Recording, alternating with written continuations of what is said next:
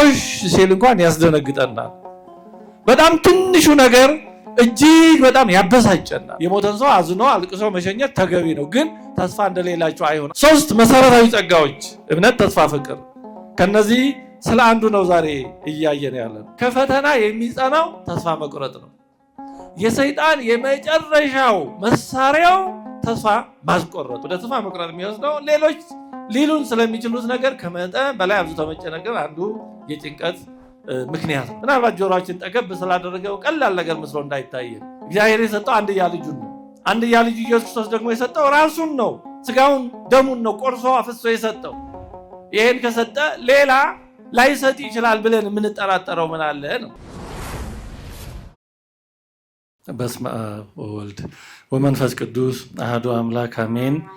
የተከበራችሁ አበው ካህናት፣ መምህራን ወንጌል፣ ዲያቆናት፣ አባቶች፣ እናቶች፣ ወንድሞች፣ እህቶች፣ ህፃናትም ሁላችሁም በእግዚአብሔር ስም እንዴት ዋላችሁ?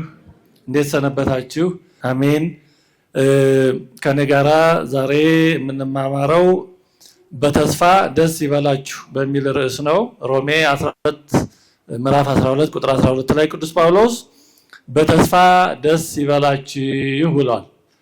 ስለዚህ እንደ እግዚአብሔር አምላካችን መልካም ፈቃድ የምንነጋገረው በተስፋ ዙሪያ ነው። እንግዲህ ተስፋ እግዚአብሔር ለሰው ልጆች ከሰጣቸው በጣም መሰረታዊ ጸጋዎች አንዱ ነው። ተስፋ እድሜ ቀጥል ነው። ተስፋ በዚህ ዓለም የሚገጥሙን ነገሮች ሁሉ በአግባቡ እንድናስተናግድ፣ በአስቸጋሪ ሁኔታዎች ውስጥም በመልካም ሁኔታ ማለፍ እንድንችል ኃይል፣ ብርታት የሚሆን የተለየ አምላካዊ ጸጋ ነው። መቼም የእግዚአብሔር ጸጋ ሁሉም የየራሱ አግባብ አለው። በሰውነታችን ውስጥ ያሉት ሕዋሳት አካላት የየራሳቸው ድርሻ እንዳላቸው ሁሉ ያንዱንም አካል ተግባር ሌላው እንደማይተካ ሁሉ የእግዚአብሔር ጸጋዎችም እያንዳንዳቸው አስፈላጊዎች ናቸውና ተስፋ እጅግ በጣም አስፈላጊ ከሆኑት አምላካዊ ጸጋዎች አንዱ ነው። ተስፋ ሕይወት ቀጥል ነው። የደከመው ሰው ተስፋ ሲሰማው ጨልሞበት የነበረው ብርት ይልለታል። ሰማይ ምድሩ ተጋጥሞ ሕይወት ትርጉም አልባ ሊሆንበት ወይም ሆኖበት የነበረው የተስፋ ጭላንጭል በውስጡ በህሊናው የተስፋ ችቦ የተስፋ ሻማ ሲለኮስ ነገር ሁሉ ቅልል ይለዋል። ድንገት መኖር ትርጉም ያለው መስሎ ይታየዋል።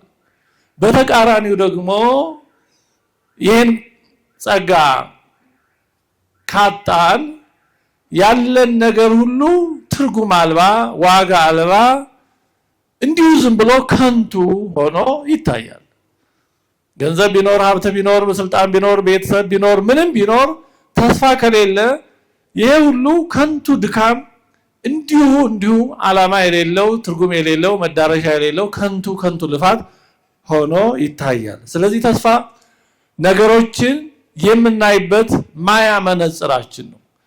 ነገሮችን በተስፋ ውስጥ ሆነን ስናያቸውና በተቃራኒው ከተስፋ ርቀን ስናያቸው ያው አንዱ ጉዳይ ግን የተለያየ ሆኖ ነው የሚታየን። ያው አንዱ ጉዳይ ግን የተለያየ ሆኖ ይታየናል። ለምሳሌ ቅዱሳን ሰማዕታት በመከራ ውስጥ ተስፋ ስላላቸው የሚመለከቱት ድል አድራጊነትን ነው፣ የሚመለከቱት አምላካቸውን ነው። ስለዚህ በመከራ አልፈዋል፣ ድል አድርገዋል፣ ሰማዕታት ሆነዋል። በአንጻሩ ደግሞ ቅዱሳን ሰማዕታት ከተቀበሉት መከራ ምናልባት 1% ማትሆን መከራ ስትገጥመን ደግሞ ከተስፋ ውጭ ከሆንን ኮሽ ሲል እንኳን ያስደነግጠናል። በጣም ትንሹ ነገር እጅግ በጣም ያበሳጨናል። በጣም ትንሽ የሆነችው ነገር ሕይወትን ሁሉ ነገር ጣይም ታጠፋብናለች። ልዩነቱ ምንድነው ካል በውስጣችን ያለው የተስፋ ሁኔታ ነው። ከባዱን ቀላል የሚያደርገው፣ ቀላሉንም ከባድ የሚያደርገው በውስጣችን ያለው የተስፋ ሁኔታ ነው፣ የተስፋ ኃይል ነው። ተስፋችን ጠንካራ ከሆነ በፈተናዎች ውስጥ ጠንክረን ማለፍ እንችላለን። የሚገጥሙን ነገሮች ሁሉ ከዛ ባሻገር እናያለን፣ እንዘላቸዋለን። እነዛ ነገሮች ጊዜያዊ ኃላፊ መሸጋገሪያ እንጂ ፍጻሜ እንዳልሆኑ መረዳት እንችላለን። በአንጻሩ ተስፋው የደከመ ሰው ከሆነ ግን በጣም ትንሽ የሆነው ነገር ሁሉ ያበሳጨዋል፣ ያሰኘዋል። ትንሽ ትልቁ እረፍት ይነሳዋል። ስለዚህ ተስፋ እጅግ በጣም መሰረታዊ ነገር ነው። እግዚአብሔርም የተስፋ አምላክ ተብሎ ተጠርቷል። ሮሜ 15:13 ላይ እግዚአብሔር የተስፋ አምላክ ተብሏል። አንደኛ ጢሞቴዎስ 1:1 ላይም መድኃኒታችን እግዚአብሔር ተስፋችንም ኢየሱስ ክርስቶስ ተብሏል። መድኃኒታችን እግዚአብሔር ተስፋችንም ኢየሱስ ክርስቶስ። አንደኛ ቆሮንቶስ 13:13 ላይ ቅዱስ ጳውሎስ እምነት፣ ተስፋ፣ ፍቅር እነዚህ ሶስቱ ጸንተው ይኖራሉ አለ። ተስፋ ደረጃው ከእምነትና ከፍቅር ጋር ነው። ሶስት መሰረታዊ ጸጋዎች እምነት፣ ተስፋ፣ ፍቅር። ከነዚህ ስለ አንዱ ነው ዛሬ እያየን ያለነው። ቅዱስ ጳውሎስም በዚህ ምድር በሚደርሱብን መከራዎች፣ ሐዘኖች ስብር ድቅቅ እንዳንል እንዲህ ሲል ትምህርቱን ምክሩን ሰጥቶናል። አንደኛ ተሰሎንቄ 4:13 ላይ ነገር ግን ወንድሞች ሆይ ተስፋ እንደሌላቸው እንደሌሎች ደግሞ እንዳታዝኑ አንቀላፍተው ስላሉቱ ታውቁ ዘንድ እንወዳለን ይላል። ስላረፉ ስለሞቱ ወገኖቻችን ማለት ጨርሶ አታልቅሱ አትዘኑ አላለም። የሞተን ሰው አዝኖ አልቅሶ መሸኘት ተገቢ ነው፣ ግን ተስፋ እንደሌላቸው አይሆን። አዘናችሁ ነው። ትንሣኤ ሙታን እንደሌለ ወደ እግዚአብሔር እንደማይሄዱ ሞት የመጨረሻ እንደሆነ አድርጎ ስብር ድቅቅ ማለት ተገቢ አይደለም። ተስፋ እንደሌላቸው እንዳታዝኑ። እኛ ታላቅ ተስፋ አለን። ሞትን ድል ያደረገ አምላክ አለን። ሞት መሸጋገሪያ ነው። ስለዚህ ይሄን እያሰባችሁ ይላል። ርዕስ አድርገን የወሰድነው ሮሜ 12:12 ላይ በተስፋ ደስ ይበላችሁ፣ በመከራ ታገሱ፣ በጸሎት ጽኑ። በጣም መሰረታዊ የህይወት መርሆች ናቸው። በተስፋ ደስ ይበላችሁ፣ በሚደርስባችሁ ነገር ሁሉ በተስፋ ደስ ይበላችሁ ነው። በተስፋ ደስ ይበላችሁ ማለት መከራ አይገጥማችሁም፣ ችግር አይገጥማችሁም፣ ሐዘን አይደርስባችሁም ማለት አለ። በዚህ ሁሉ ግን በተስፋ ደስ ይበላችሁ። ይህን ሁሉ በተስፋ ከቃኘ ነው ቀላል ይሆናል። ቀላልም ባይሆን መሻገር የሚቻል ይሆናል።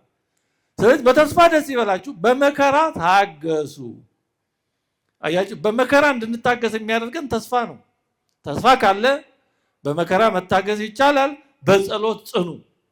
ተስፋ ሲኖር በጸሎት መጽናት እንችላለን። አምላካችንን እንጠራዋለን። ሰው ተስፋ ከቆረጠ በጸሎትም አይጸናም፣ በመከራም አይታገስም፣ በቀላሉ እጅ ይሰጣል፣ በትንሹ ነገር ይሸነፋል። የድል አድራጊዎችና የተሸናፊዎች ልዩነቱ እኮ የፈተናው ክብደት አይደለም፣ በውስጣቸው ያለው ሁኔታ ነው። ያ ተስፋ የምንለው ማለት እንጂ ሰማዕታት ጻድቃን የተቀበሉት መከራ ቀላል ሆኖ አይደለም። በአንጻሩ እጅግ ትንሽ በምትባል ነገር ደግሞ የተሰናከሉ የወደቁ ደግሞ ብዙዎች አሉ። ልዩነቱ እነዛ ነገሮች የምናይበት የምናስተናግድበት ውስጣችን ያለው የተስፋ ሁኔታ ነው። ስለዚህ ተስፋ ታላቅ ጸጋ እንደሆነ ሁሉ ተስፋ መቁረጥ ደግሞ የመጨረሻው ከባድ ፈተና ነው። ይሄ የቤተክርስቲያናችን አባቶች ሁሉ ተባብረውበታል።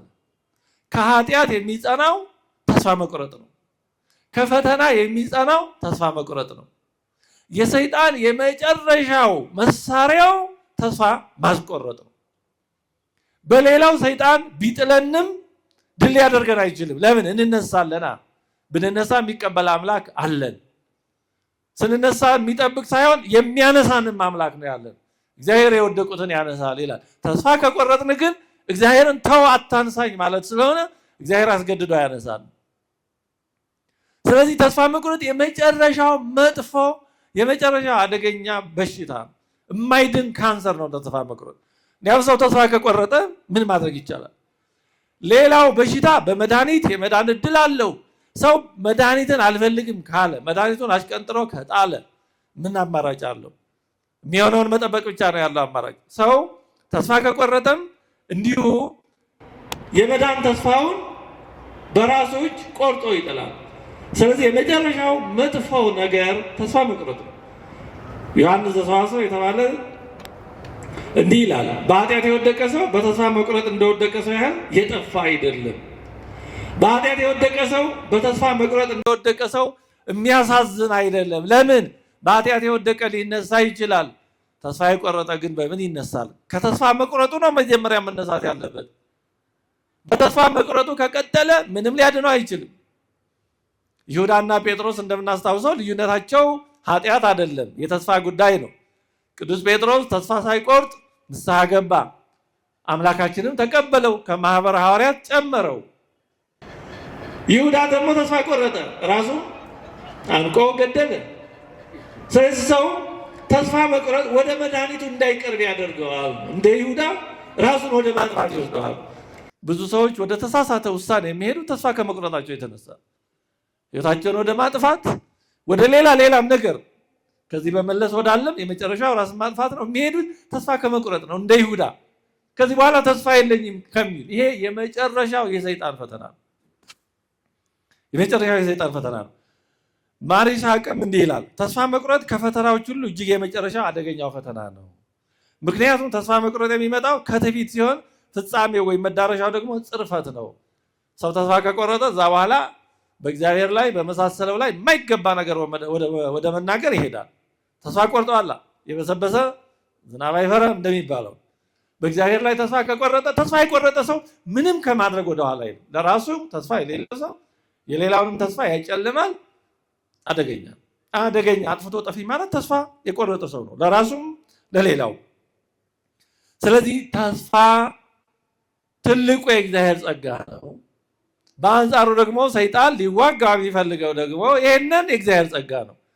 ተስፋችን እንዲደበዝዝ በሆነ ባልሆነውም፣ በሆነውም ባልሆነውም፣ በተጨበጠውም ባልተጨበጠውም፣ በግላችን በሚሆነውም፣ በሀገር በዓለም በሚሆነውም፣ ብቻ በአንድም ይሁን በሌላ ተስፋ እንድንቆርጥ ሰይጣን የተለያዩ ነገሮችን በስክሪን እንደማሳየት በአይምሯችን እያመጣ ተስፋ ወደ መቁረጥ እንድንሄድ ይፈትነናል። እሱን እንዳይፈትነን ማድረግ አንችልም። ራሳችንን ሕሊናችን እንዳይፈትነን ማድረግ አንችልም። አውቆ ተጠንቅቆ መውጫውን ማዘጋጀት ነው የሚገባል። ታዲያ እንዲሁ ለተስፋ መቁረጥ የሚያጋልጡ ነገሮች ምን ናቸው? ወደ መፍትሄው ሊረዱ ወደሚችሉ ጉዳዮች ከመሄዳችን በፊት የችግሩን መንስኤዎች ትንሽ ብናነሳ ጥሩ ነው። ተስፋ ወደ መቁረጥ የሚወስዱ ነገሮች ብዙ ናቸው። አንዱ ኃጢአት ነው። ትልቁ ወደ ተስፋ መቁረጥ የሚወስደው አንዱ ኃጢአት ነው። ኃጢአት ማለት ኢላማውን የሳተ ድርጊት ማለት ነው። የተሳሳተ ምርጫ ወይም ውሳኔ ነው። ኃጢአት ማለት የተሳሳተ ነው። ፍቅርን በተሳሳተ መንገድ መፈለግ፣ ሕይወትን በተሳሳተ መንገድ መፈለግ፣ ጥሩን ነገር በተሳሳተ መንገድ መፈለግ፣ እንደዚህ ነው። ኃጢአት ማለት በተሳሳተ አቅጣጫ የሚደረግ ድርጊት ነው። ድርጊቱ በራሱ ኃጢአት ላይሆን ይችላል፣ ግን አቅጣጫ አካሄዱ ነው ኃጢአት የሚያደርገው እንጂ ለምሳሌ በአግባብ በትዳር ቢሆን ኃጢአት የማይሆነው ከዛ ውጭ ከሆነ ኃጢአት ይሆናል። እንደዚሁ ማለት ነው። ሁሉም ነገር በአግባብ ሲሆን ጽድቅ ይሆናል፣ እግዚአብሔር የሚመሰገንበት ይሆናል። በተቃራኒ ሲሆን ደግሞ ኃጢአት ይሆናል።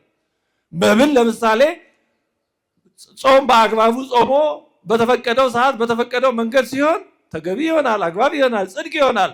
ሰዓት ሳይለዩ ዓርብ ረቡዕ የለ ሁዳዴ የለ አይነት ከሆነ ደግሞ ኃጢአት ይሆናል። ድርጊቱ ራሱ መብሉ አይደለም፣ ያ የሚደረግበት ጊዜና ሁኔታ ነው እንጂ መብል ኃጢአት ቢሆን ኖሮ ጾመን ቢሆን ስንበላ ኃጢአት ይሆን ነበር። እና ኃጢአት ማለት እንደዚህ የተሳሳተ ድርጊት፣ አቅጣጫውን የሳተ ድርጊት ነው። እና ትልቁ የኃጢአት የተስፋ መቁረጥ መሳሪያ ኃጢአት ነው። ኃጢአት ሲበዛ ልቡናን ያደነድናል።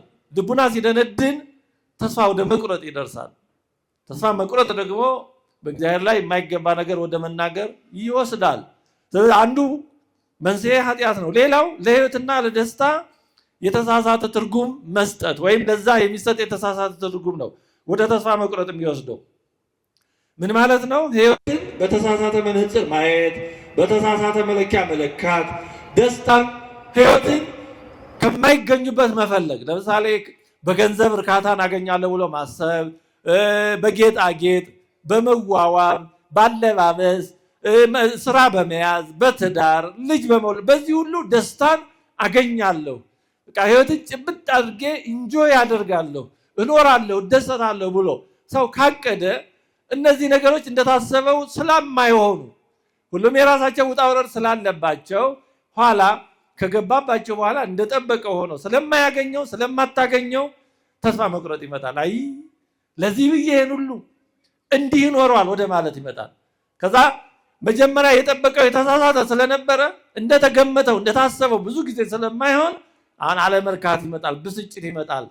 ከዛ ያገባው ከትዳር አጋሩ፣ ሌላው ከጓደኛው፣ ከምኑ ጋር ከራሱም ጋር መጣላት ይመጣል። በዚህ ሂደት ብስጭት፣ አለመደሰት እንዲህ ያለው ነገር ይበረክታል። ከዛ ደግሞ ሌላው ይሄን እያየ ለራሳችን የሚሰጠን ግምት ሊኖር ይችላል። ባይኖር እንኳን ራሳችን ሌላው እንዲህ ይለኛል ብለንም ለራሳችን የምንሰጠው እውነተኛ የሚሆን የተሳሳተ ስዕል ሊኖር ይችላል። ይሄ ሁሉ እርስ በራሱ እየተደማመረ ወደ ብስጭት፣ ተስፋ ወደ መቁረጥ ሊወስደን ይችላል።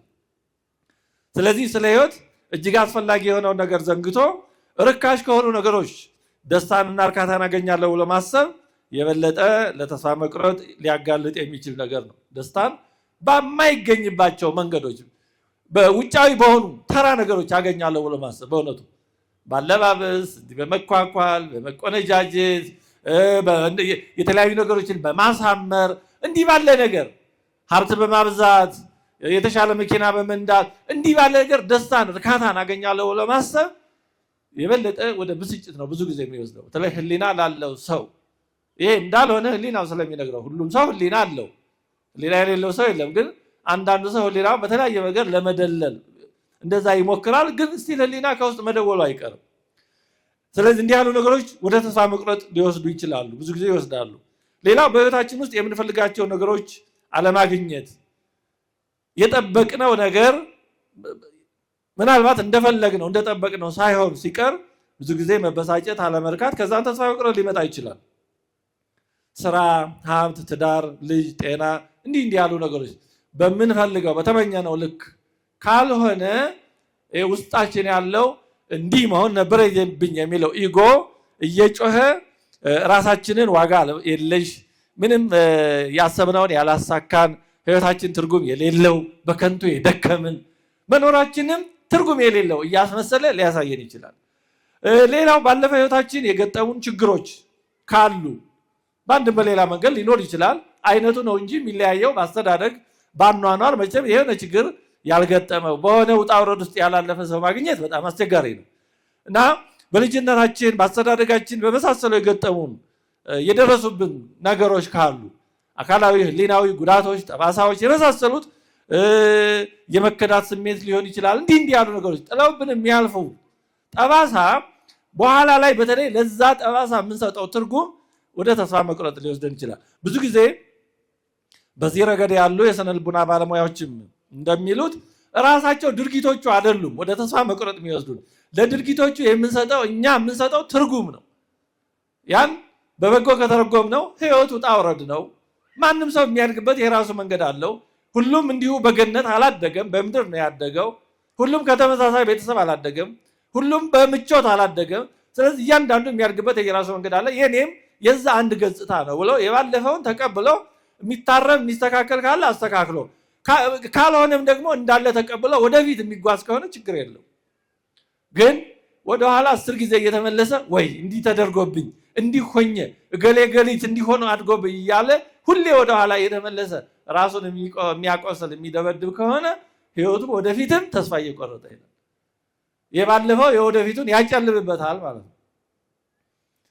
የእስክንድር ፈረስ እንደተባለው የራሱ ጥላ ያስደነብረዋል አይነት ይሆናል እና በተለይ ለባለፉ ገጠመኞቻችንና ላለፍንባቸው ውጣ ውረዶች ከልክ ያለፈ ክብደት መስጠት፣ ሁሌ አይምሮን ወደዛ መመላለስ የወደፊቱም ጨልሞ እንዲታየን ወደፊትም ከዛ የተለየ ሊጠብቀን እንደማይችል በቃ የኛ ህይወት ዝም ብሎ ከንቱ ባለፈው እንደሆንኩ እያልን የባለፈውን ወደፊትም እየዘረጋን እንድንጨነቅ ሊያደርገን ይችላል። ሌሎች ስለሚሉን ነገር አብዝቶ መጨነቅ ነው ወደ ተስፋ መቁረጥ የሚወስደው። ሌሎች ሊሉን ስለሚችሉት ነገር ከመጠን በላይ አብዝቶ መጨነቅ አንዱ የጭንቀት ምክንያት ነው። መቼም ይሉንታ ያስፈልጋል አይደለም? ይሉንታ ያስፈልጋል። ሰው ምን ይለኛል ማለት ያስፈልጋል። ግን ከልክ ካለፈ ግን መጥፎ ነው። እንዴ ሰው የሚለው ደግሞ አያጣማ። ይሉንታ በጣም አስፈላጊ ነው። እኔ እንደፈለገ ሌላው ምን አገባው አይባልም፣ ነውር ነው። ያገባዋል። የምንኖረው በአንድ ዓለም ነው። ደግሞ እኛ ክርስቲያኖች የአንድ ክርስቶስ አካላት ነን። የአካል ክፍሎች ሕዋሳት ሜምበር ነን። ስለዚህ እጅ ስለ እግር አያገባኝም ልትል አትችልም። ጆሮ ስለ አይን፣ አይንም ስለ ጆሮ አያገባኝም ሊል አይችልም። አንድ አካል ነው፣ አንድ ህይወት ነው ያለው። እኛም እንደዛ ነን ክርስቲያኖች። ስለዚህ ክርስቲያን በተለይ በእኔ አለባበስ በእኔ አነጋገር ማንም አያገባው አይባልም። ስህተትም ኃጢአትም ነው፣ ክህደትም ነው። እንዲህ አይባልም። ግን ደግሞ ሁሉም ደግሞ በልክ ነው። ምግብም በልክ ነው አይደል? ውሃም በልክ ነው። ሁሉም በልክ ነው። አየርም በልክ ነው። ከበዛ ነፋስ ሆኖ ይወስደናል።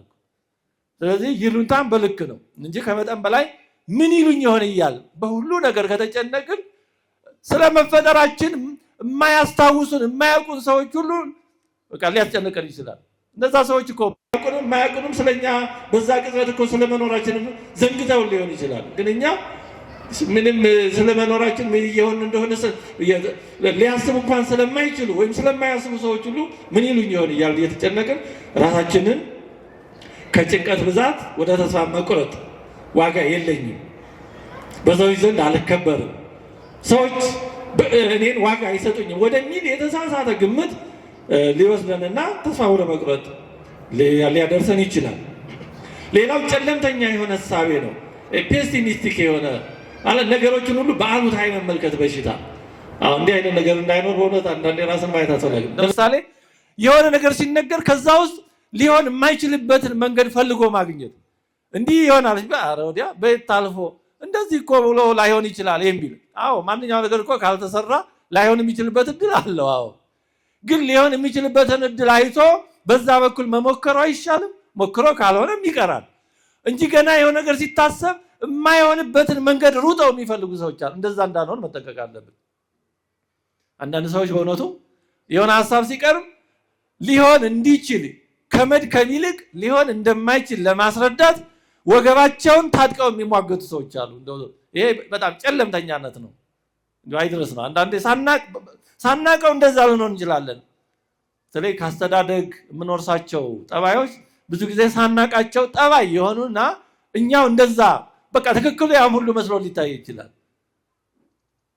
ስለዚህ አስተዳደጎቻችንን እንዲህ መለስ ብሎ ማየት የሚጠቅመው ለዚህ ነው በእውነቱ። ምክንያቱም ጠባይ ሆነዋል፣ የኛው ማንነት ሆነዋል እና እንደዛ ሆነን ነው የምንኖረው የምናደርገው።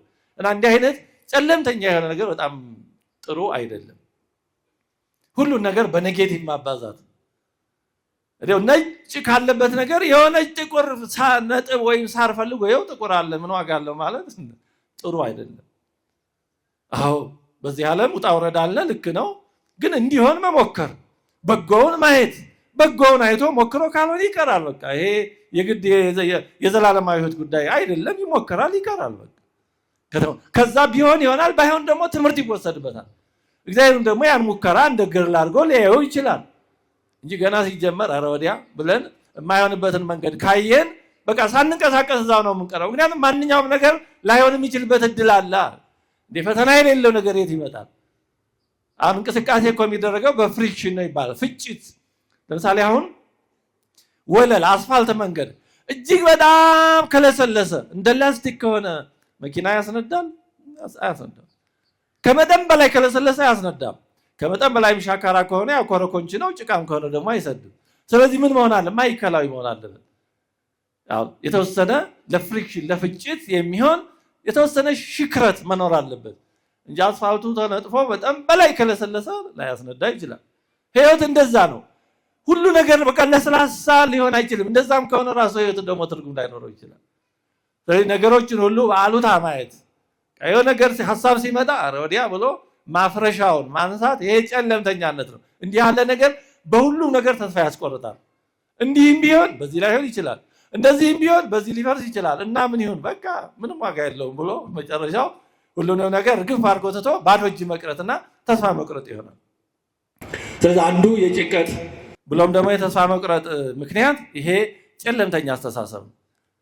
ስለዚህ ነገሮችን ሁሉ አጨልሞ በጥቁር መጋረጃ በአሉታ ባይሆንም ባይሳካም ከማየት መውጣት ያስፈልጋል። እግዚአብሔርን ይዞ ደግሞ እኛ ክርስቲያኖች ደግሞ ያው እግዚአብሔርን ይዘን ሌላው ከእውነታዊ የራቀ ነገርን መጠበቅ ነው። ለብስጭት ለተስፋ መቁረጥ የሚያጋልጠው ቅድም ለማንሳት ሞክሬያለሁ።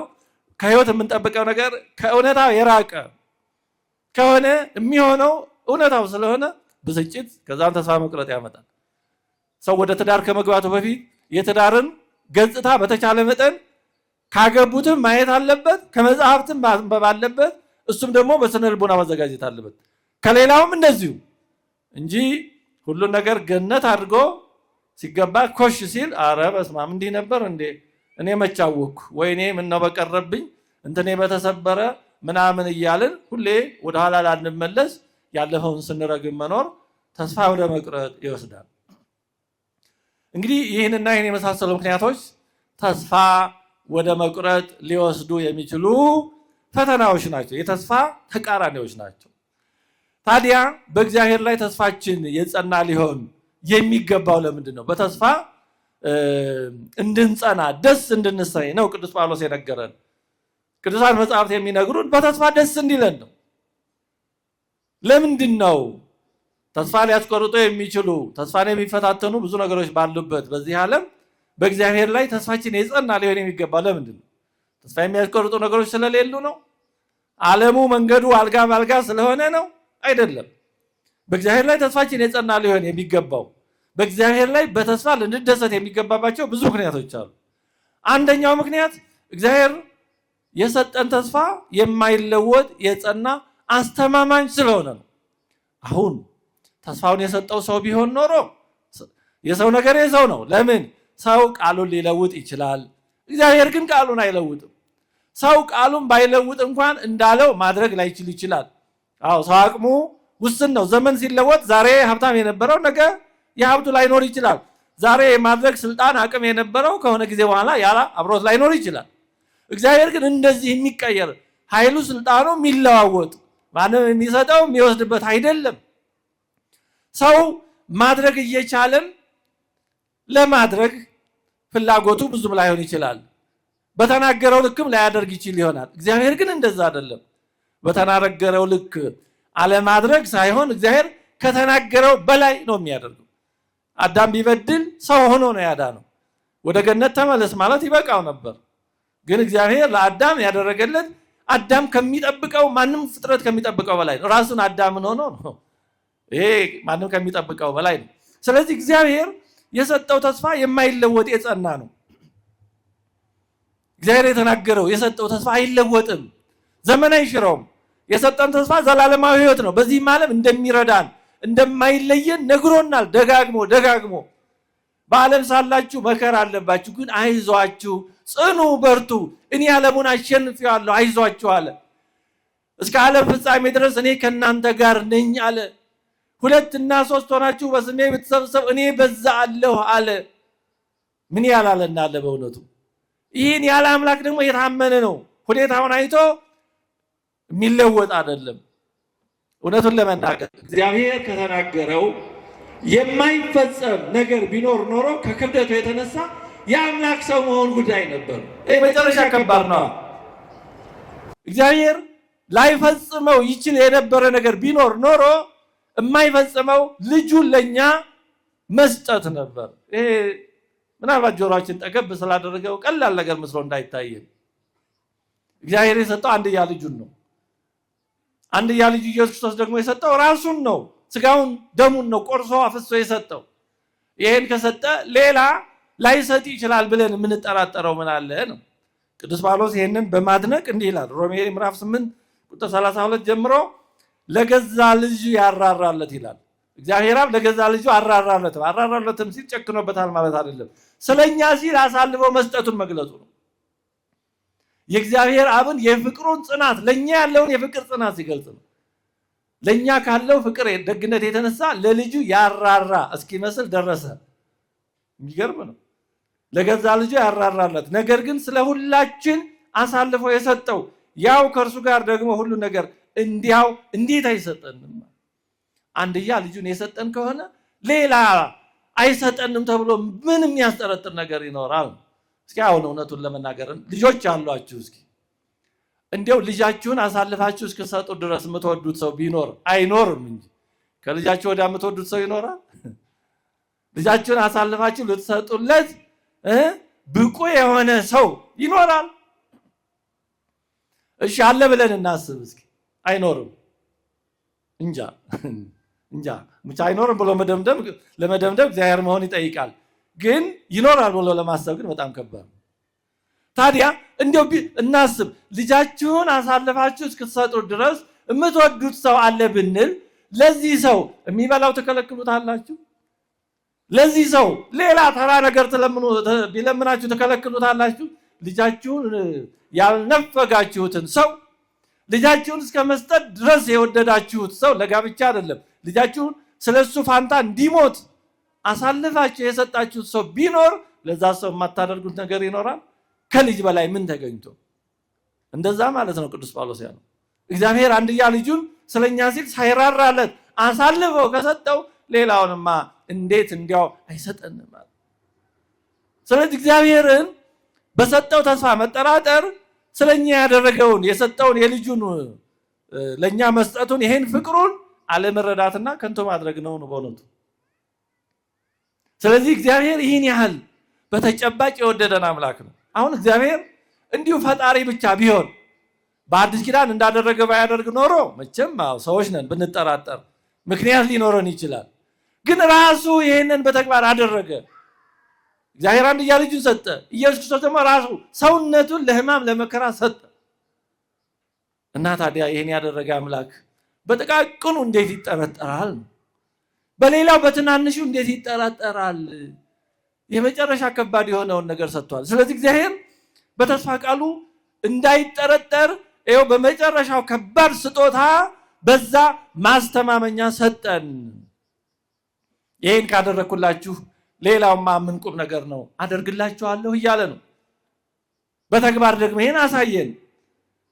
አምላካችን ለማንኛውም ችግር ሁሉ መፍትሄ ያለው ስለሆነ ነው። በተስፋ ደስ ሊለን የሚገባው ምክንያት እግዚአብሔር ለችግራችን ሁሉ መፍትሄ አለው። አይ እግዚአብሔር ይሄን ችግር መፍታት ይችላል፣ ይሄንማ እንዴት አድርጎ የምንለው ነገር የለም።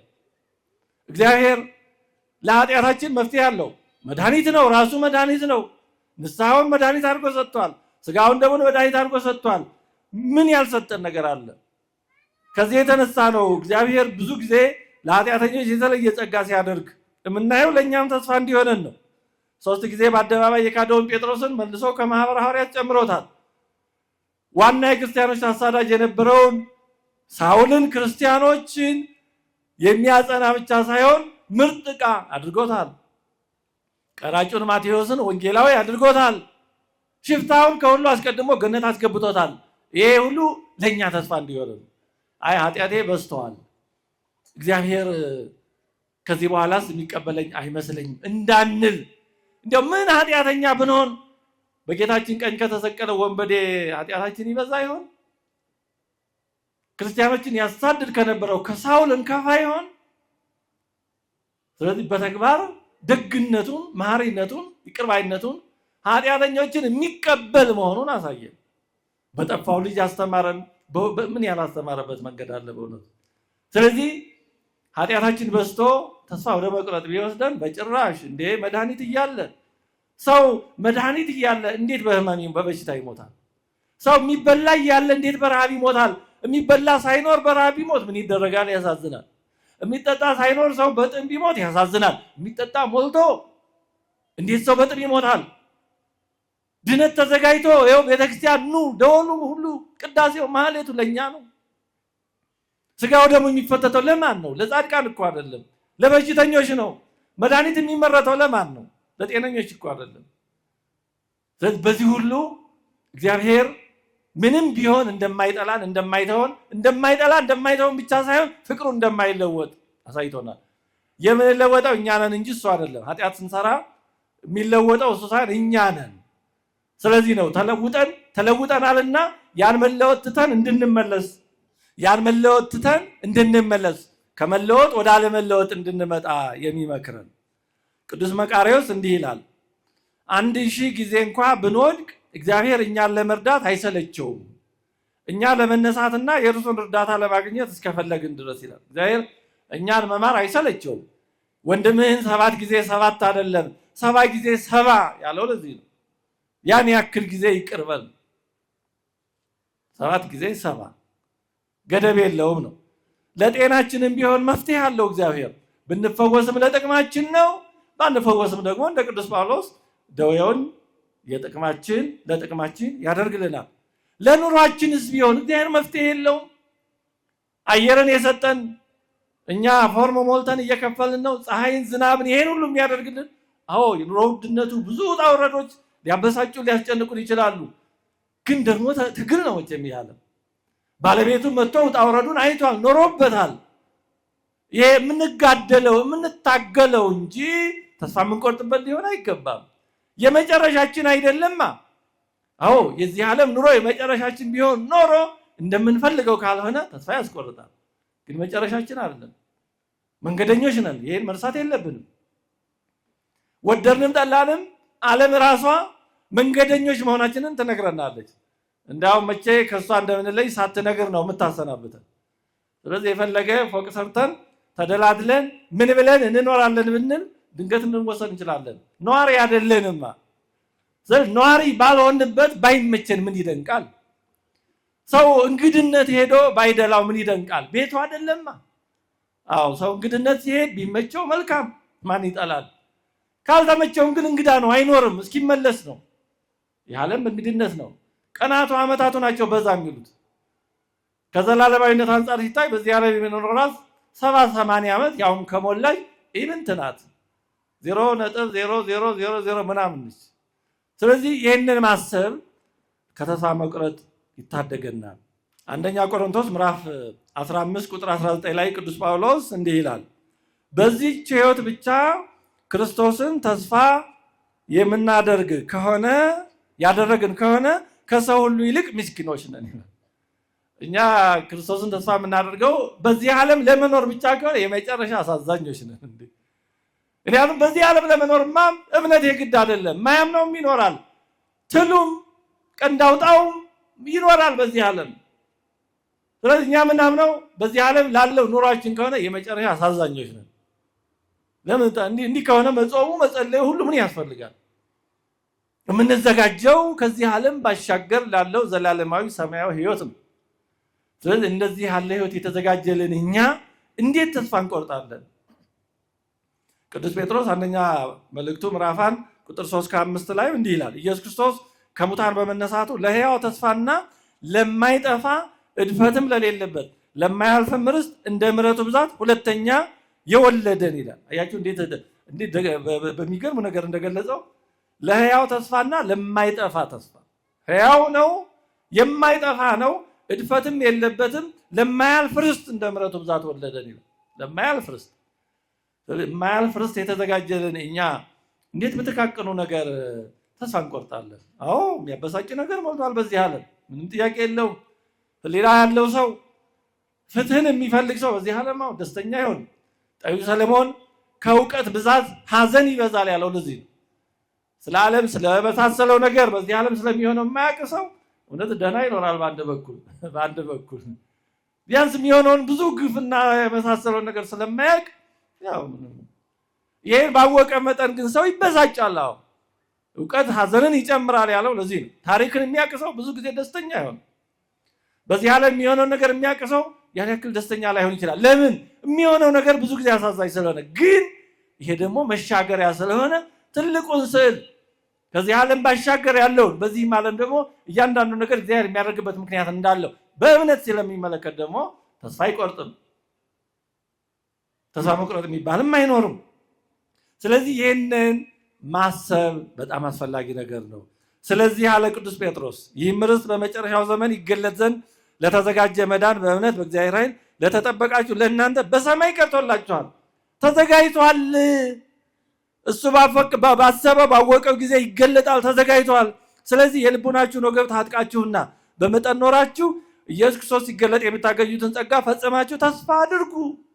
ያ ነው እውነተኛ ተስፋችን። የዓለምማ ያልፋል፣ ማን ኖረበት? እስኪ እንዴ በደንብ ማሰብ ጥሩ ነው እኮ። እስኪ ታሪክን እንመልከት፣ በዘመናችንም እንመልከት። ማን ኖረ? ቢሊዮነሮች በዚህ ዓለም ስንት ዓመት ኖሩ? በጣም ስልጣን የነበራቸው ሰዎች በዚህ ዓለም ስንት ዓመት ኖሩ? ስንት ዓመት ኖሩ አሉ። በ18ኛው መቶ ዓመት የነበሩ ሀብታሞች፣ በ18ኛው መቶ ዓመት የነበሩ የጦር ጀነራሎች ጀግኖች የተባሉ አሉ። ዛሬ በ19ኛው መቶ ዓመት የነበሩ አሉ። በ20ኛው መቶ ዓመት መጀመሪያ አካባቢ የነበሩ አሉ። የተወሰኑ ዛሬ ሊኖሩ ይችላሉ። በ20ኛው ዓመት የነበሩ ግን እስከተወሰነ ጊዜ ነው፣ ያልፋል ሁሉ። ይሄን መዘንጋት የለብንም። ስለዚህ በሚያልፈው የማያልፈውን ማጣት የለብንም ነው። እንዴት እንደዛ እንዳይሆን ነው። ስለዚህ ተስፋ የሚያስቆርጡ የሚያበሳጩ ብዙ ነገሮች ሲገጥሙን እንዲህ ያለውን ነገር መመልከት፣ አሻግሮ ትልቁን ነገር ማየት። አንድ አባ ፖሎ የተባለ ታላቅ አባት በበረሃ ነው የሚኖረው፣ በዋሻ በባት ነው የሚኖረው፣ ምንም የለው፣ ግን ደስተኛ ነበር፣ በጣም ደስተኛ ነበር። እና አንድ ሰው ጠየቀው፣ ምንም የለህም ግን በጣም ደስተኛ ነህ፣ በምን ምክንያት ነው እንደዚህ በደስታ የምትኖረው አለ። እንዲህ ያለ መንግስተ ሰማያትን ያክል ርስት እግዚአብሔርን ያህል አባት ያለኝ እኔ ያልተደሰትኩ ማን ይደሰታል? እንደኔ ደስተኛ ማን አለ ብሎ መልሶለት። እውነት ካሰብን እኮ እንደኛ ደስተኛ ሊሆን እንደኛ በተስፋ የተሞላ ሊሆን የሚገባው ማንም ሰው የለም።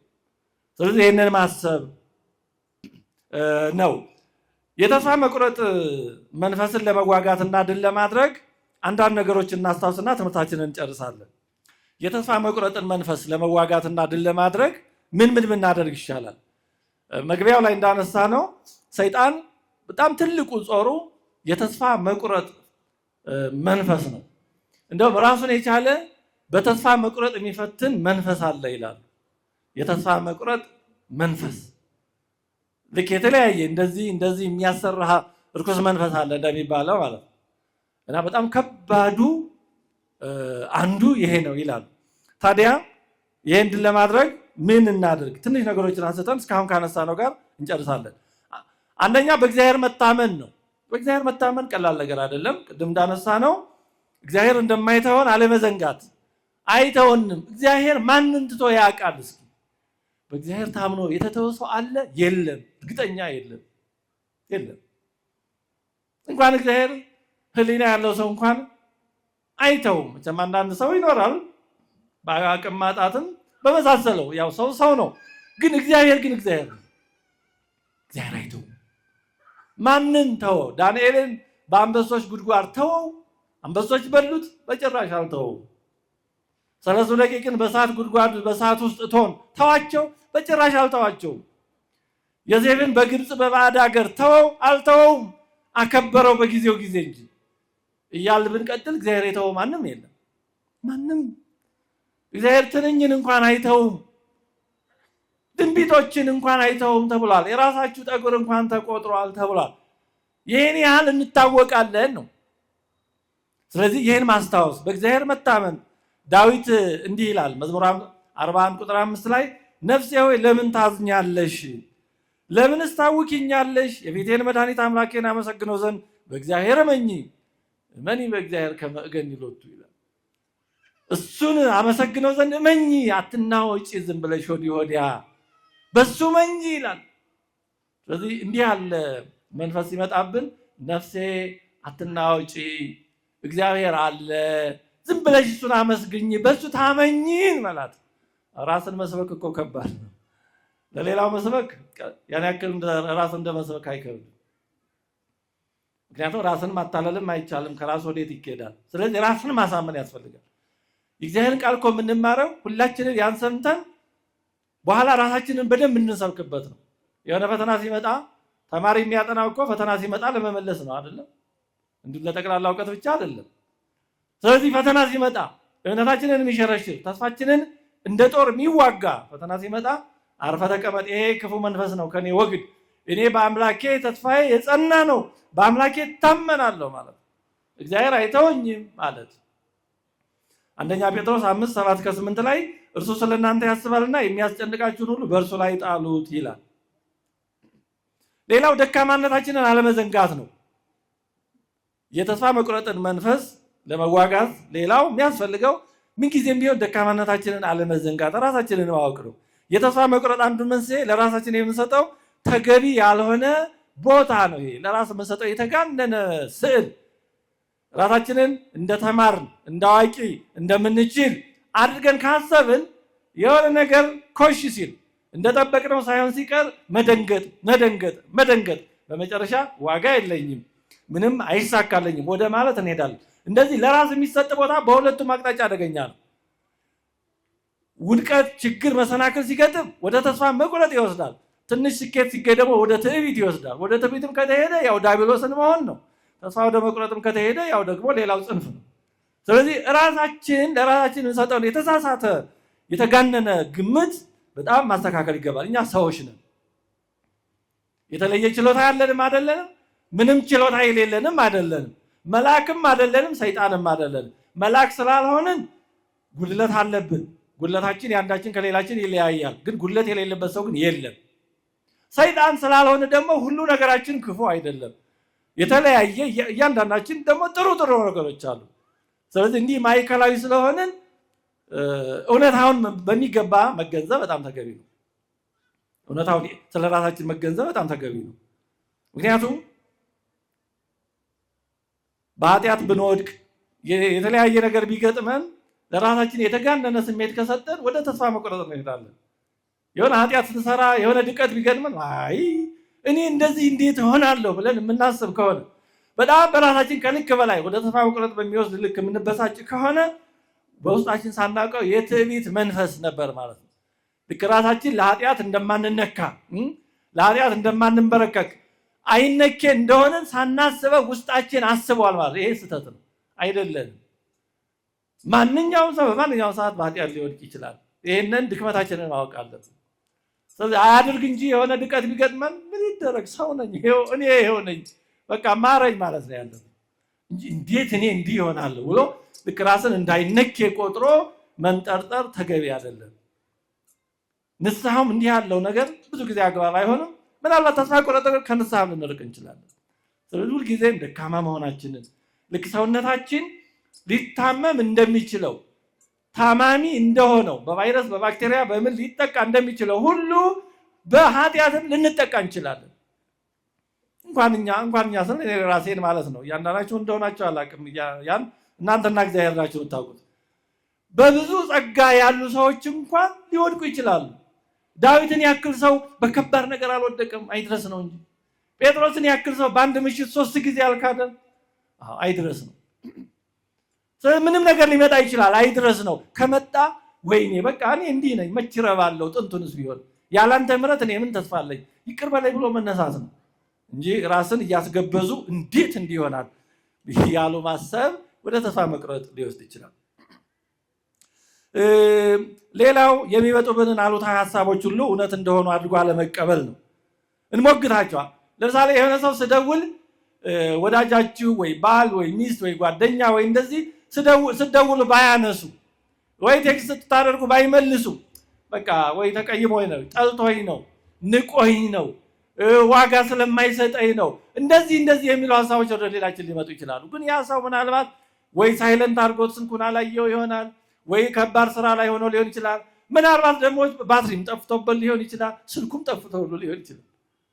ስለዚህ የሌለ ነገር ወደ ሌላችን መጥቶ በጣም በቃ ጎትጉቶ ወደ ተስፋ መቁረጥ ዋጋ የለኝም አረባም በቃ ወደሚል እንዳይወስደን እንዲህ ያሉ ሐሳቦች እንሞግታቸው። ሙሉ አይምሮአችን የሚያመጣውን ሁሉ አንዋጣው፣ አንቀበለው። አውቆ ሰይጣን የሚያመጣው ሐሳብም ሊሆን ይችላል። ላይመቸው ይችላል፣ ላያዩ ይችላል። እንደዚህ ሰው ሁልጊዜ እኛ ሁልጊዜ ይመቸናል። እኛ ሁልጊዜ የማይመቸን ከሆነ ሌላው ሁልጊዜ አይመቸው። እኛ በተለያየ ምክንያት መመለስ ማንሳት የማንፈልግባቸው ጊዜዎች ይኖራሉ፣ በተለያየ ምክንያቶቻችን። ሌላውም ሰው ደግሞ እንደዛ አይነት ምክንያት ጊዜ ይኖረዋል። ለእኛ የምንሰጠውን እድል ለሌላውም መስጠት እንጂ ሩጦ ወደ ችኮላ ድምዳሜ ያለመድረስ በጣም ጥሩ ነው። ሌላው የሆነውን እንደሆነው መቀበል። በቃ በህይወታችን የሆኑ ነገሮች ካሉ እንደሆኑ መቀበል። የዓለም ፍጻሜ አይደለም፣ የዚህ ዓለም ሁኔታ የመጨረሻውም አይደለም። ስለዚህ የምንፈልጋቸው ነገሮች እንደማንፈልገውም ቢሆኑ የተሰናከሉ የተበላሹ ነገሮችን ቢኖሩ በቃ መቀበል ያለብን መስቀላችን ሊሆን ይችላል። እንዳለ መቀበል። ምክንያቱም እስከተወሰነ ድረስ ነው ከዛ ችግር ጋር የምንኖረው፣ ያልፋል፣ እናልፋለን። ስለዚህ እንዳለ መቀበል፣ እውነታውን መቀበል፣ ሪያሊቲ ቼክ የሚባል እንጂ ሁልጊዜ እንዴት እንዲህ ይሆናል እንዴት እያልን የምንገበገብ ከሆነ ጤናችንን እንጎዳለን፣ ወደ ተስፋ መቁረጥ እንሄዳለን። ሌላው በዚህ ዓለም ያሉ ማናቸው ነገሮች ሁሉ ጊዜያዊና ኃላፊ መሆናቸውን ልብ ማለት ቅድም ለማንሳት ሞክሬያለሁ። ዓለሙ ምኞትም ሁሉ ያልፋል። ሌላው ለራሳችን አሉታዊ ነገሮችን አለማሰብና አለማለት። ትትና ተገቢ ነው። ትትና ማለት ከእግዚአብሔር ውጭ በራሳችን ምንም እንዳልሆን መረዳት ነው። ግን ከዛ አልፎ ግን ምንም የማረባ ነኝ፣ ምንም አልጠቅም ነኝ፣ ዋጋ የለኝም፣ ደካማ ነኝ፣ ማንም አይወደኝም፣ ነገሬ ሁሉ የማይጥም ነው የሚሉ አይነት አስተሳሰቦች ግን እነዚህ ከሰይጣን ናቸው፣ አይጠቅሙም። ይሄ ትትናም አይደለም። ትትና እንደዚህ አይደለም። ትትና ጨርሶ ራስን ዋጋ ቢስ ማድረግ አለ። ምክንያቱም በእግዚአብሔር አምላክ ነው እኮ በእግዚአብሔር ዋጋ ያለንን እኮ የምንለው ለዚህ እግዚአብሔር በመልኩ በምሳሌ የፈጠረን ልጁን የሰጠልን እንደኛ የከበረ የለም። ክብራችን ግን በእግዚአብሔር ነው፣ በራሳችን ግን አይደለም። ስለዚህ ራስን ከዚህ ከእግዚአብሔር ጸጋ ማንነት ክብር ለይቶ በቃ ምንም ዋጋ ቢስ እንደሆኑ አድርጎ ማየትም ሰይጣን ቀስ በቀስ ህይወታችን ኖርንም ሞትንም ትርጉም ወደሌለው አይነት ቀቢጸ ተስፋ ሊወስድ የሚችልበት መንገድ እንዳይሆን መጠንቀቅ ያስፈልጋል። ቢወድኝ ብሎ ልሙት ይላል፣ ቢጠሉት ምን ያመጡበታል የሚል ብሂል አለ። ሰው እንዲወደው ብሎ ልሙት፣ ቢጠሉት እስከ ሞት በላይ ምን ያመጡበታል ነው። ስለዚህ ለራሳችን የምንሰጣቸውን ግምቶች አግባብ ያለው ከልክ በላይ የተጋነነው መጥፎ ነው፣ ልከኛ የሆነ ማለት ነው። ሰውነን ቅድም ላስታውሳችሁ እንደሞከርኩት እንደ ማንኛውም ሰው የራሳችን ስጦታ አለን። ማንም ሰው የራሱ ስጦታ አለው። እያንዳንዱ ሰው የራሱ አሻራችን ልዩ ነው፣ ዩኒክ ነው፣ አይደጋገምም። የመንትያዎች አሻራ እንኳን ልዩ ነው። ዲኤንኤያችን የተለየ ነው። እያንዳንዱ ሰው ጸጋችንን የተለያየ ነው፣ መስቀላችንን የተለያየ ነው። እንደዚሁ ስለዚህ የሆነውን መቀበል ከዛ ውጭ ግን ከመጠን በላይ ራስን መጉዳት፣ ውስጥን አላስፈላጊ በሆነ ነገር መቀጥቀጥ ዋጋ የለኝም አረባም ማለት ወደ ተስፋ መቁረጥ ይወስዳልና ከዚህ ራስን ማውጣት እንዲህ ያለ እሳቤ ሲመጣብን መዋጋት ያስፈልጋል። ሌላው ስሜትን ሳይሆን እውነትን መስማትና መከተል ማለት እግዚአብሔር አይረዳኝም፣ እግዚአብሔር መች ደረሰልኝ እንደዚህ የሚሉ ያው ሰው መከራ ሲበዛ በመከራ ጊዜ ሰው የሚናገረውን ላያውቀው ይችላል። ሰው ሲያዝን ሲበሳጭ፣ ግን በዚህ ጊዜ ወደ እውነታው መምጣት እግዚአብሔር የረዳን ጊዜ የለም፣ ደርሶልን አያውቅም፣ ጎብኝቶን በምሕረት አያውቅም፣ በማይጠበቅ ሁኔታ ቸርነቱን አሳይቶን አያውቅም። ስለዚህ ያን ማስታወስ ዳዊት የሚላል መዝሙር 73 ነው 74 ላይ እንዲህ ያስተነተንኩ ይላል። እግዚአብሔር አይረዳም፣ እግዚአብሔር አይደርስም ብዬ አስተነተንኩ፣ ግን በዚህ ጊዜ እግዚአብሔር የመርዳቱ ነገር ወደ ቀድሞ ተመለስኩ፣ እግዚአብሔር እንዴት አድርጎ እንደረዳ እንደሚረዳ አስታወስኩ፣ ተመለከትኩ ይላል። ስለዚህ በሆነ ችግር ጊዜ እግዚአብሔር የራቀን ችግር ሁሉ የተደራረበብን ቢመስለን ወደ ኋላ እንመለስ። እግዚአብሔር የደረሰልንን የረዳንን ያደረገልንን ለሌሎች ብቻ ሳይሆን ለእኛም ያንን ስንመለከት የእግዚአብሔር እርዳታ የእግዚአብሔር ቅርብነት ወደፊታችን ይመጣል። ፈተናው እንዲህ ባለ መንገድ ልናልፈው እንችላለን። ሌላው አዲስ ህይወት ለመጀመር መቁረጥና መጀመር ነው። የጀመርነው ነገር የማያዋጣ ከሆነ እስካሁን የመጣንበት ነገር የተሳሳተ የማያስኬድ ከሆነ ማድረግ የሚገባን ትክክለኛ ውሳኔ ያን አቋርጦ ሌላ ነገር መጀመር ነው። ብሂል አለ። የምትጓዝበት ባቡር ወይም አውቶቡስ የተሳሳተ ወደ ሌላ አቅጣጫ ወደምትሄድበት ሳይሆን ወደ ሌላ የሚወስድህ መሆኑን ስታውቅ የመጀመሪያው ተግባር ምንድነው ይባላል? ከዛ መውረድ ነው። አለዛ ይሄን ያህል መጥቼ ካልክ የባሰ እየተሳሳትክ እየራቅክ ነው የምትሄደው። የመጣንበት መንገድ ልክ ካልነበረ በቃ ምንም ማድረግ አይቻልም። መውረድና አቅጣጫ ማስተካከል ነው ማለት። ስለዚህ አዲስ ነገር ለመጀመር ቁርጠኛ መሆን፣ ሁልጊዜ ያለፈውን እንዲያው ዝም ብሎ እንደ ሃይማኖት እዛ ላይ ብቻ እየተከዙ እየቆዘሙ መኖር ጥሩ አይደለም። መቆረጥ ያለበት ነገር ካለ መቆረጥ፣ አንዳንድ ኖ መንባል ያለበት ነገር ካለ ያስፈልጋል። በቃ አይሆንም የሚባል ካለ አዲስ መጀመር ያለብን ካለ ያንን ማድረግ። ሌላው ከተፈጥሮ ጋር ቀጥተኛ ግንኙነት ለማድረግ መሞከር ማለት ወደ ጫካዎች፣ ወደ ባህር ዳርቻዎች፣ ወደ ወንዝ እንዲህ ወዳሉ ቦታዎች መሄድና ስነ ፍጥረትን ማየት በጣም በጣም ጥሩ ነው። እግዚአብሔር በዛ ውስጥ ይታየናል። እግዚአብሔር በስነ ፍጥረቱ ስለሚያስተምር ተስፋችን ይለመልማል። የወፎች ድምፅ ሲሰማ፣ የውሃው የፏፏቴው ይሄ እንትና ሌላ ነገር አይደለም። እግዚአብሔር ስነ ፍጥረት ነው የፈጠረው ለአንክሮ ለተዘክሮ ለጥቅማችንም ነው። ስለዚህ እንደዚህ የሚያስጨንቁ ተስፋን ጭልምልም የሚያደርጉ ነገሮች ሲመጡ ቢቻል እንዲህ ወዳሉ ነገሮች ሄዶ የእግዚአብሔርን ስራ በዛ መመልከት፣ ከራስ ጋር መነጋገር በጣም ጥሩ ነው። በዛም ጸሎት ማድረግ፣ ከሰዎች ጋር የሚገናኝ ህብረት፣ አንድነት ያለው መሆንም በጣም ጥሩ ነው። በተቻለ መጠን ብቸኝነትን መቀነስ በጣም ጥሩ ነው። አዎ ሰው ክፉ ብቻ አይደለም ደግም ነው። አብዛኛው ሰው ደግ ነው። እንዲያው ክፉ ነገር ጥቂቱ ስለሚጎላ ነው እንጂ ጥቂት መርዝ ብዙውን ነገር ስለሚበክል ነው እንጂ በጣም አብዛኛው ሰው ጥሩ ነው። ስለዚህ በተቻለ መጠን ህብረት ያለው መሆን፣ ብቸኝነትን መቀነስ በጣም ጥሩ ነው። በጣም ከሰው በተለየን መጠን በዛ ልክ ሰውም ክፉ ዓለሙም ጨለማ መኖሩም ትርጉም የሌለው እየመሰለን ስለሚሄድ ይሄንን ብቸኝነትን በተቻለ መጠን መቀነስ በጣም ጥሩ ነው። ሌላው ራስን ከሌላው ሰው ጋር አለመወዳደር ወይም አለማነጻጸር ነው። አሁን አንዱ የዘመናችን የሶሻል ሚዲያ አንዱ ችግር ይሄ ነው። ብዙ ወጣቶች ሶሻል ሚዲያ ላይ የሆኑ ሰዎች በለጥፈው ባላቸው ፎሎወር ላይክ በሚባሉ አዲስ ነገሮች ራሳቸውን የሚጎዱ አሉ። እዛ ላይ የተለጠፈ እኮ ሪል ፎቶ ላይሆን ይችላል። እዛ ላይ የሌለ በቃ ተቀባብተው ምናምን የተለጠፈ ፎቶ ሲያዩ ራሳቸውን ከዛ ጋር እያነጻጸሩ በጣም የሚጨነቁ ተስፋ የሚቆርጡ እህቶቻችን አሉ፣ ወንድሞቻችን ሊኖሩ ይችላሉ። እንዲህ ካለ ነገር ራስን መጠበቅ ያስፈልጋል ወዳጅ። ያ በአብዛኛው እውነታ ላይሆን ይችላል፣ እውነታም ሊኖረው ይችላል። ቢኖረውም ሰው ለየራሱ ነው የሚኖረው። አንተም ልዩ ነህ፣ አንቺም ልዩ ነች። ሌላው ሌላ ነው፣ አንዱ ሌላውን አይሆንም፣ አይገለባበጥም። ስለዚህ ራስን ከሌላው ጋር አለመወዳደር በጣም ጥሩ ነው። ይሄ በትዳርም በሁሉም ነገር የሚመከር ነው። በትዳርም ባልም ሚስትም ባሏን ከሌላ ጋር ማነጻጸር አይገባም። የገሌ ባልማ የገሌ ሚስትማ አይባልም። ይሄ በጣም ነውር ነው። ትዳርን ለማፍረስ የመጀመሪያው ክብሪት መለኮስ ነው። እንዲህ ማለት የየራሱ ሰው ኑሮ ለየራሱ። ስለዚህ ራስን ከሌላው ጋር አለማነጻጸር። የራስ ህይወት የራስ፣ አንተ ራስ፣ አንቺ ራስሽ፣ እኔ ራሴ በቃ ማለት ሁሉም በራሱ መንገድ ነው የሚኖረው። እግዚአብሔር መግቦታዊ ጸጋውም ያንዱ ከሌላው ይለያያል። በአብዛኛው አንዱ የሚመራበት ሌላው ሊለያይ ይችላል። ስለዚህ ራስን ከሌላው ጋር አለማወዳደር፣ ራሳችን የሆነውን መቀበል በጣም አግባብ ነገር ነው። ከዚህ ሁሉ ጋር ጸሎት ማድረግ፣ ቃለ እግዚአብሔር ማንበብ የተስፋ መቁረጥን መንፈስ ለመዋጋት እጅግ በጣም ጠቃሚ ነው።